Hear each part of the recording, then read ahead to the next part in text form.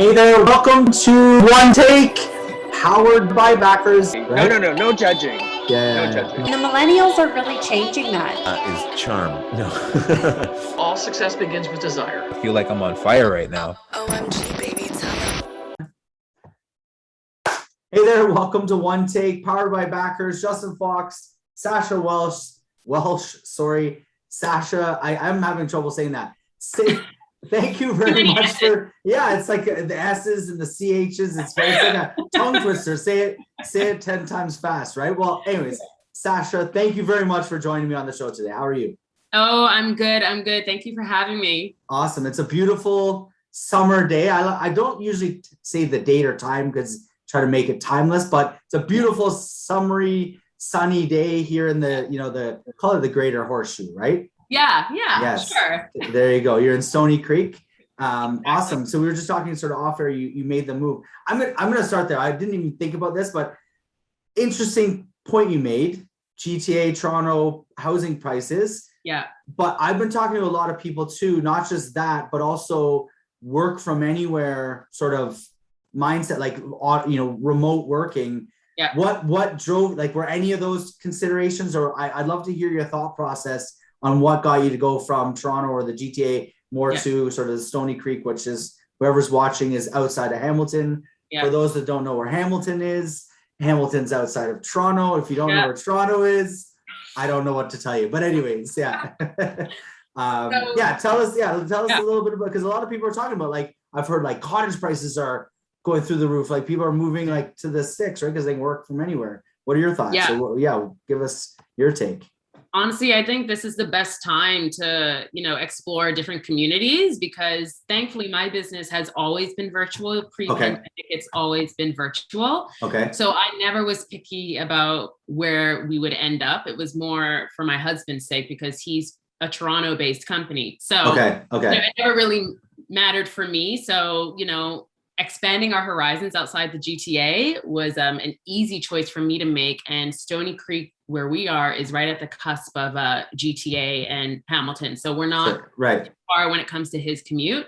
Right. But and they're putting the GO train. Does the GO train, or does he drive, or the GO train goes from Stony Creek, right? Or there's not yet. There's one going there, right? Like all along the waterfront there. Yeah. Okay. Yeah, but it's still from Burlington, so it's a 15-minute drive to the GO. Right.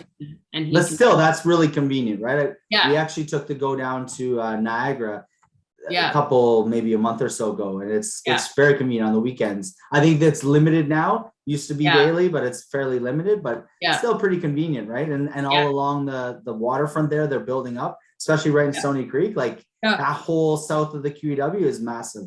So it's crazy. I didn't do your intro, which I should have done. So Sacha, I'll just go through it quickly. So you're a certified health coach, so everyone knows who you are. Founder of Welsh Wellness, and mom of 3 girls. So you talked a little bit here about, after experiencing a recovery scare following the delivery of her second child, you became passionate about helping new and expecting moms create and maintain a healthy lifestyle, so they can feel their best while accomplishing one of life's greatest challenges, which is motherhood. Welsh Wellness focuses on preconception, pregnancy. I'm having trouble speaking today. And postpartum health.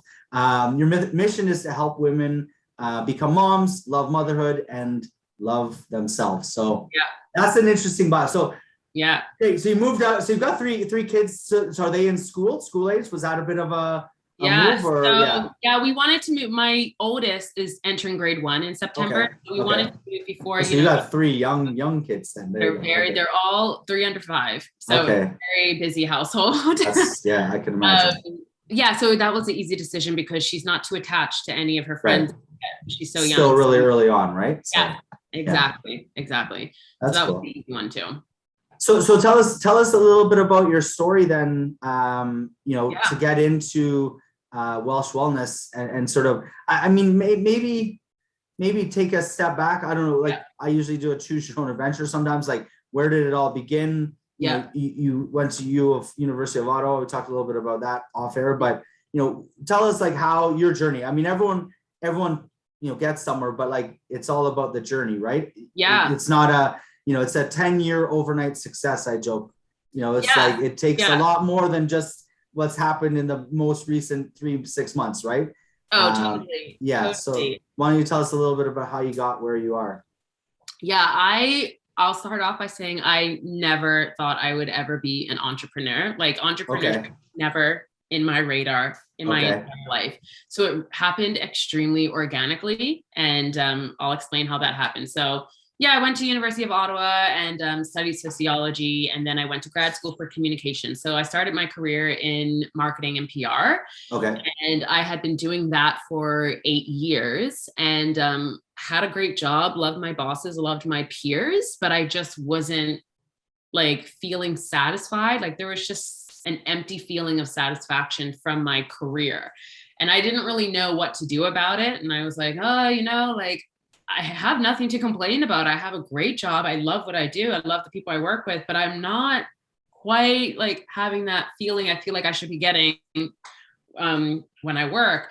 Right. So this was like in 2015. And then I was talking to my new husband. We had just gotten married at the time. And I was like, what I'm really passionate about is like preventative illness and healthy living, because I have 2 parents that suffer from chronic illnesses since I was a teenager.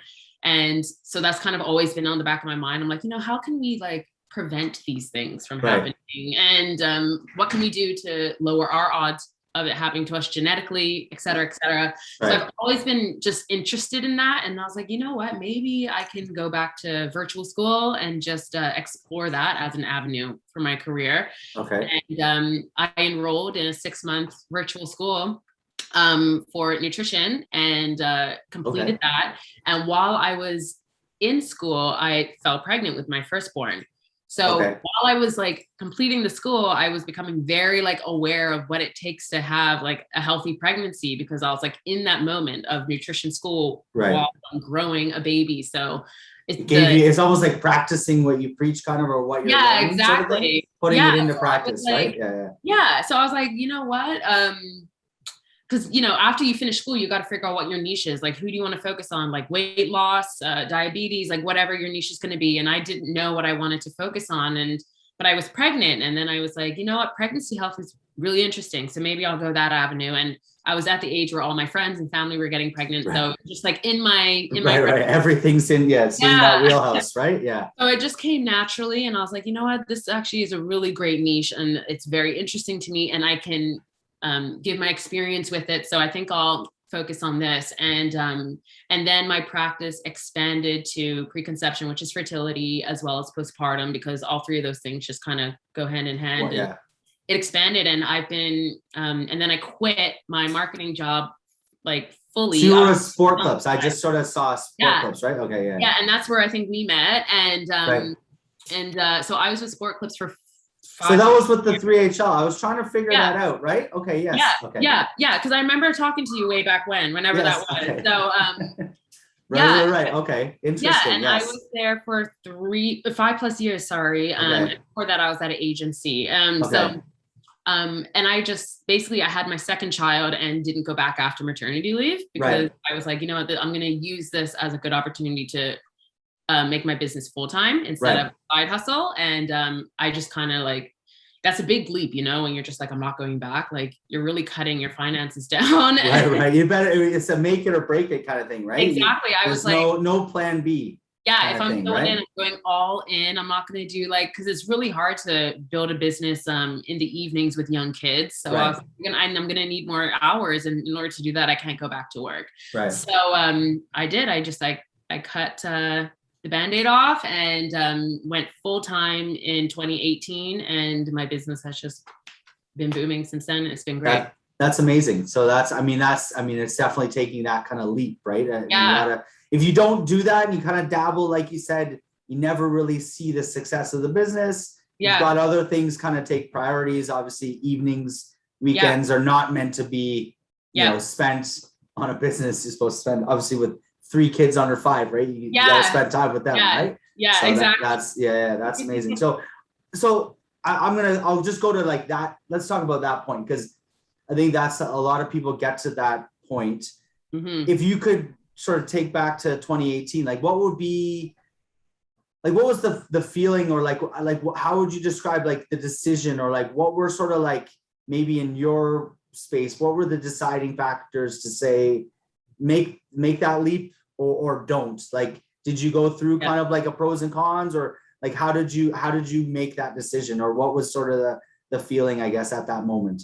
Honestly, I was really trying to just educate myself with entrepreneurship as much as possible. Like I was listening to a lot of podcasts, reading a lot of entrepreneur books, or listening to audiobooks, and just trying to see like, what's the best way to do this? Because you graduate from school, you graduate from anything and you don't know like how to get in there. You know what I mean? Yeah. They teach you kind of, but not really, right? Yeah. So I was like, how do I like just get clients and get in there? And so I was doing all that.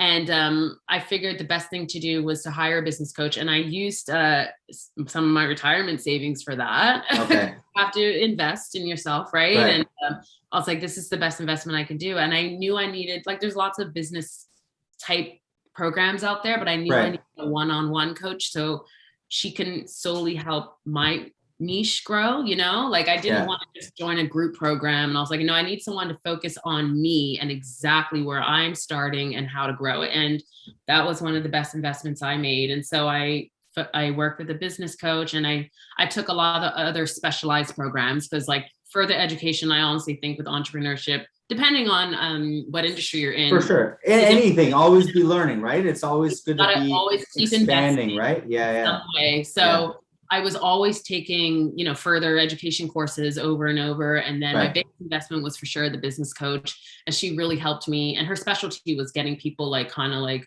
what the hell do I do? Like, where do I start? And so it really helped me get off the ground and, work on my following, work on my product sales, work on my client sales. And I still to this day use a lot of the key things she taught me.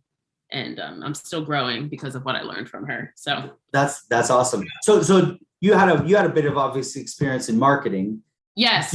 So this is something that I think is probably interesting. So how do I word this?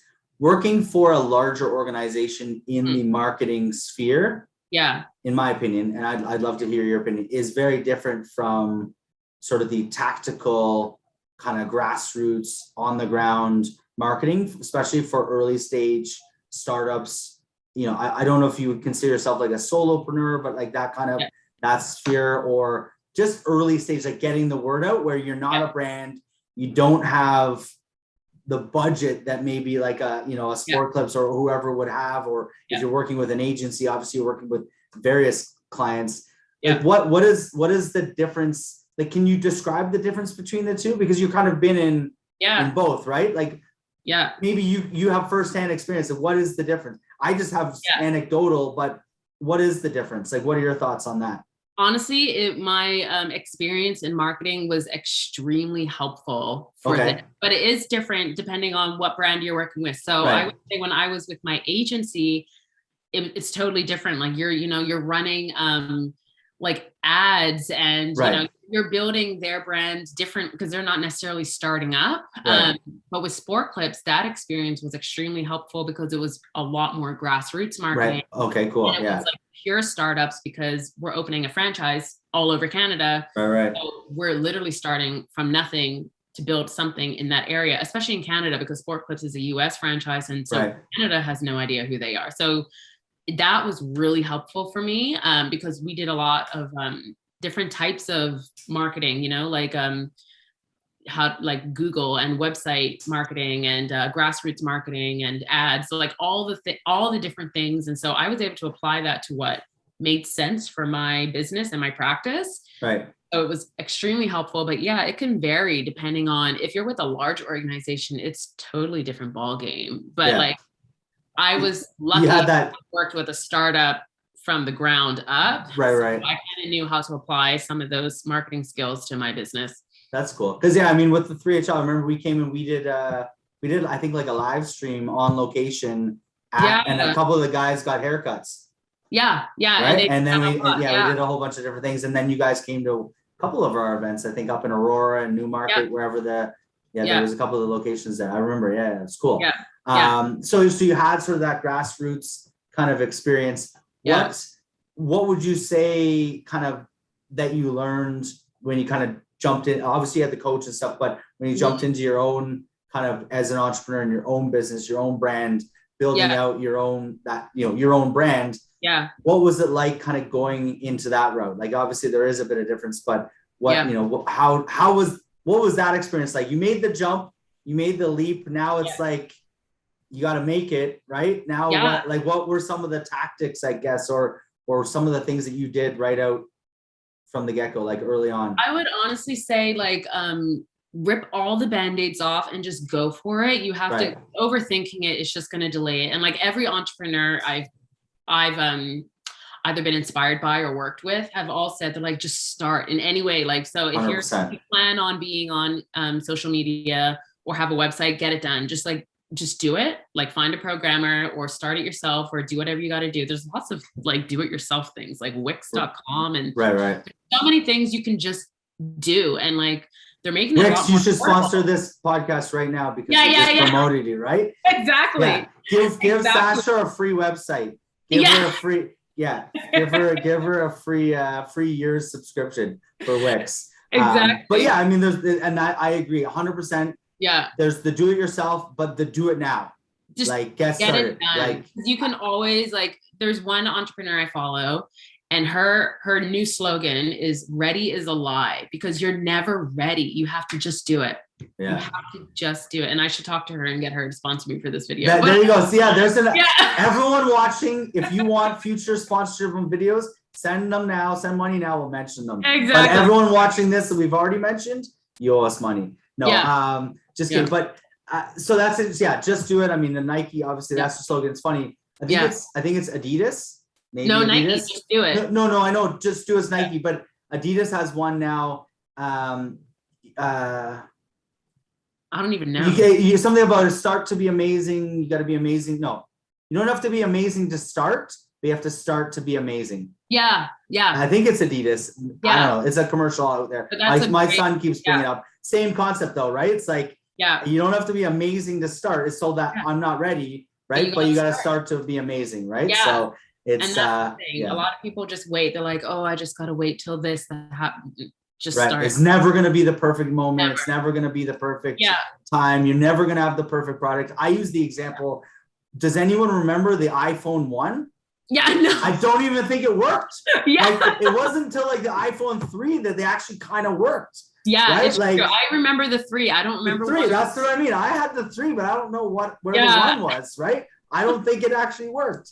Right? Yeah. Nobody ever got one. So it's like, so believe me, like they put product out, and I mean now they're on iPhone 3 million, right? Yeah. I've lost track, but right, 27X or whatever. But they're and they just keep iterating, right? And it gets better and better. And so I mean, the iPhone 1 was probably something to forget, right? It's forgettable. I mean, and that's the whole Steve Jobs story. He started in his garage because Yeah, exactly. It's like they're not going to do this. I'm going to try this, and and just kind of make it. And I think one of the things that I've learned, and I'd love to hear your thoughts too, is you work with people, you get feedback, and a lot of entrepreneurs are afraid to go out, like you said, put themselves out there. One thing on social media, but even to get feedback, like raw criticism sometimes on what they're doing, and get that feedback, so then you can sort of take that feedback, apply it, or don't apply it, or whatever is needed, right? And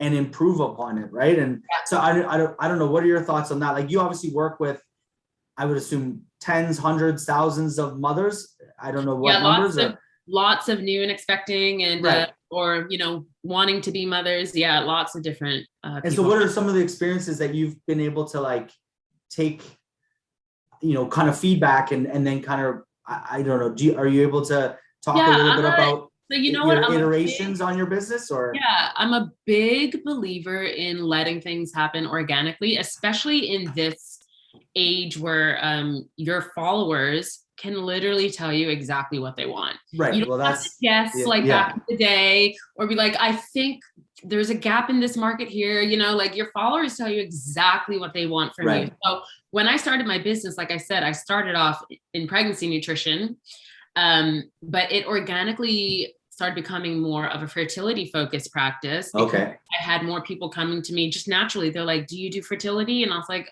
I mean, I'm educated in it, but I haven't expanded my practice to it. Right. And they were like, because so with nutritionists in this world, especially in the virtual world, pull the cover off. Let's see. Yeah. Tell us the dirty little secrets. No, like just kidding. they hire you on your authenticity, because there's a million nutrition. There's a lot of pregnancy nutritionists and fertility nutritionists, but they hire you on because they want to work with you. They like your vibe. They like you.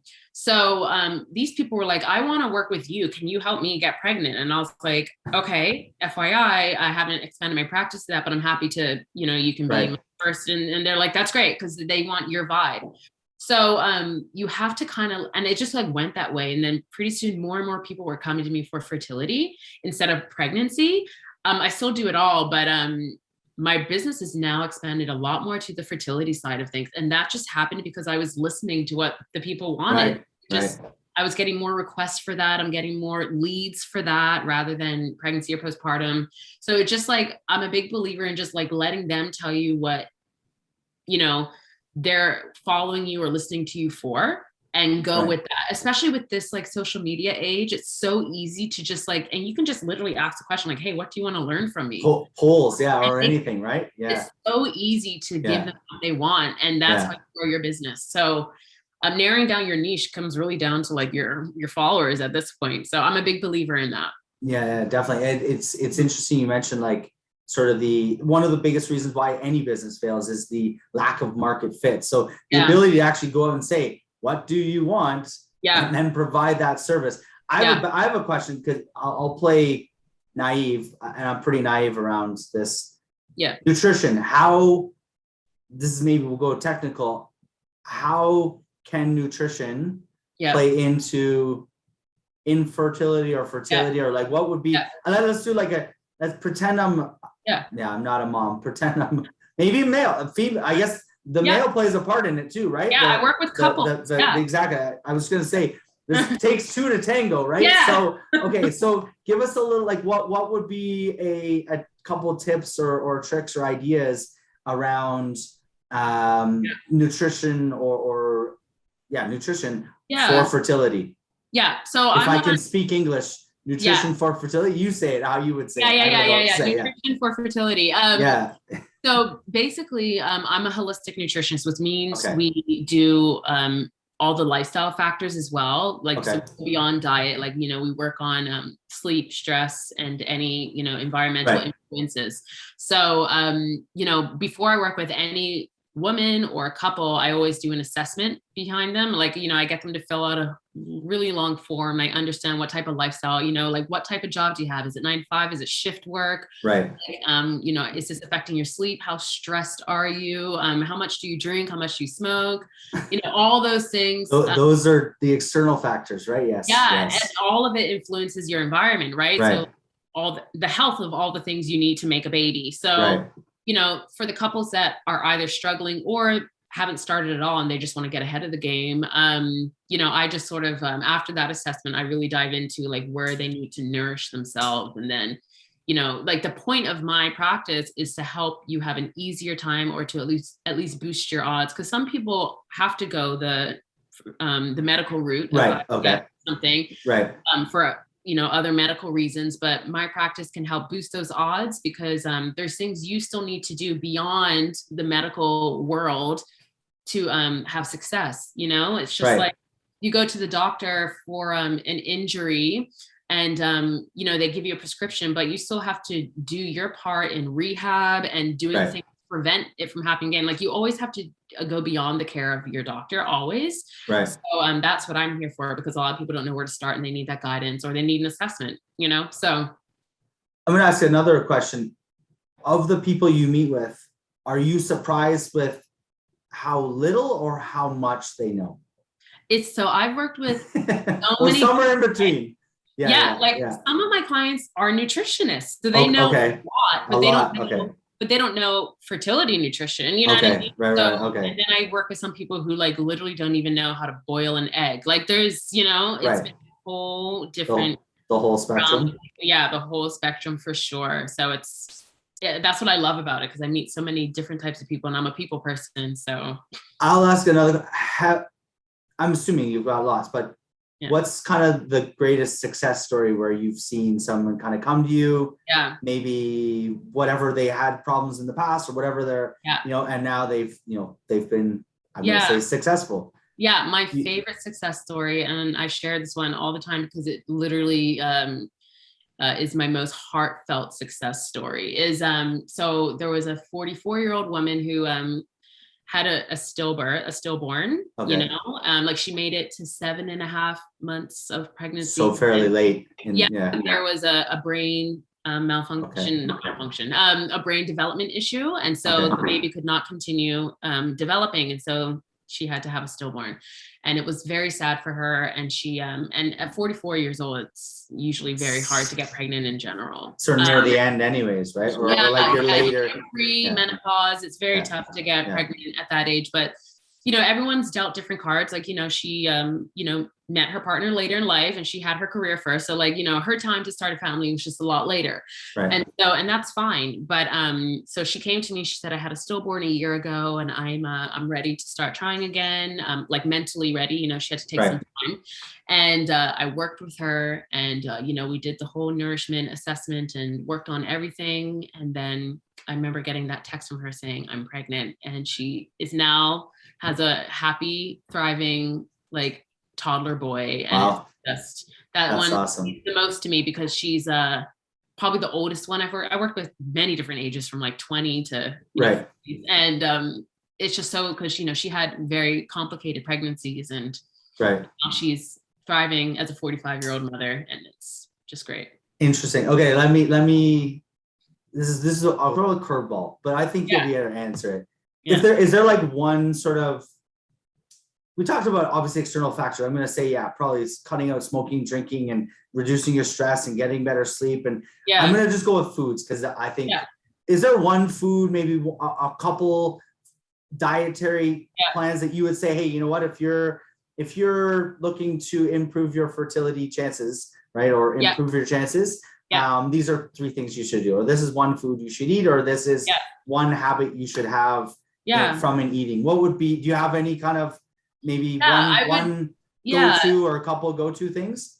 I would say, to throw it out there, I usually like to recommend antioxidant foods, which is basically like very colorful foods, like blueberries, tomatoes, kale, beets, like just anything that has a bright color is good for you. You know, you probably all heard eat the rainbow, because we want the variety of the nutrients that all the different colorful. Not Skittles though, not Skittles, right? No, Skittles. Don't literally not eat the enjoy Skittles, the rainbow, but yeah. But enjoy the rainbow fruits and vegetables. Fruits and vegetables, because, they're very beneficial to our reproductive health. And so I usually, you would say, start there, like just eat more colorful foods and try to cut back on the processed stuff and the artificial stuff as much as possible, and start there from a nutrition. I think that's in general. We should all do that, probably, right? That's like, exactly across the board.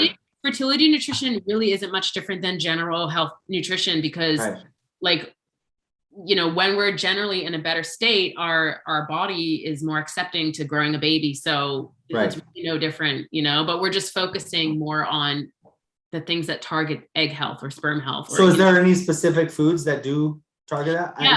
So not so much foods, but any specific things maybe that do?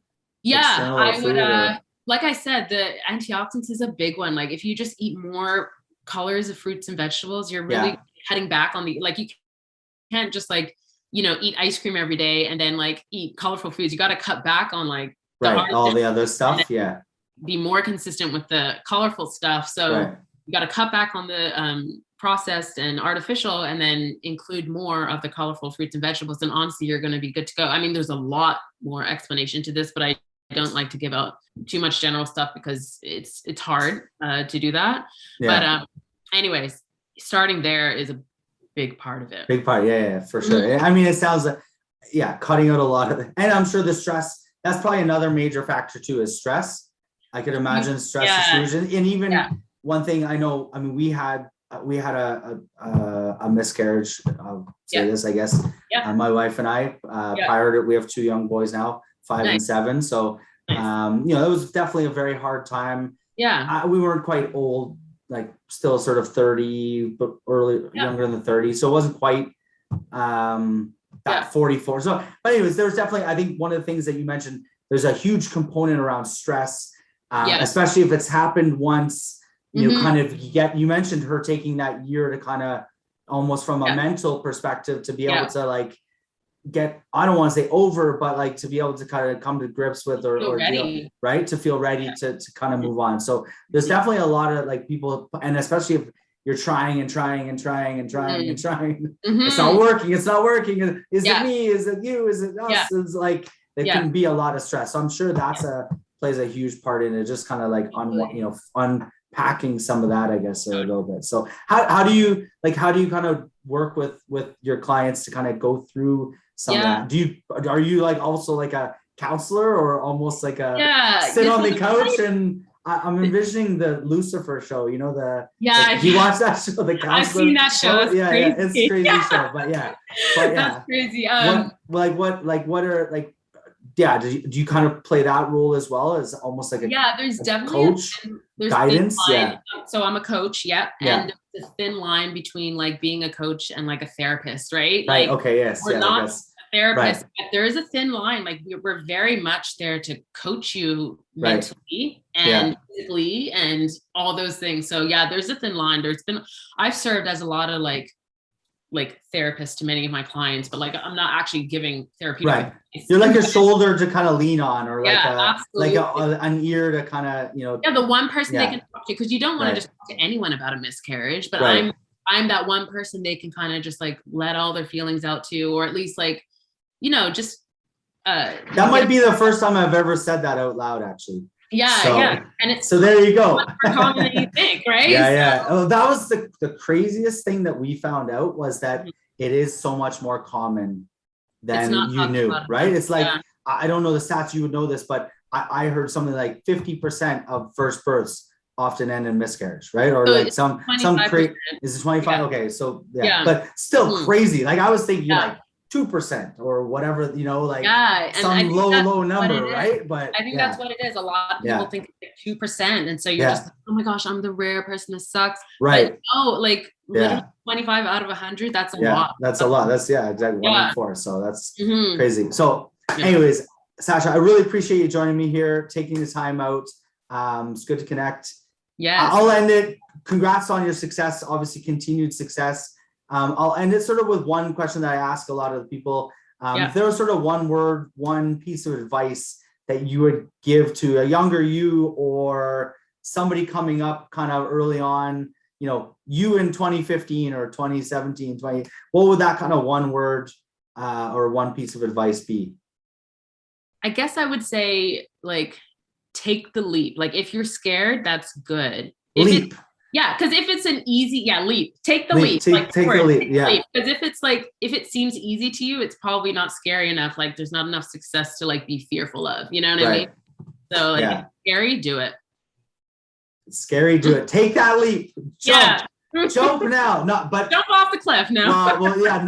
We're saying metaphorically or not literally. Exactly. Yes, but theoretically or metaphorically speaking. Awesome. Well, Sacha, I really appreciate you joining me. Where can people find you? Obviously, Sacha Welsh on LinkedIn, but what's your website? Are you on Instagram, TikTok?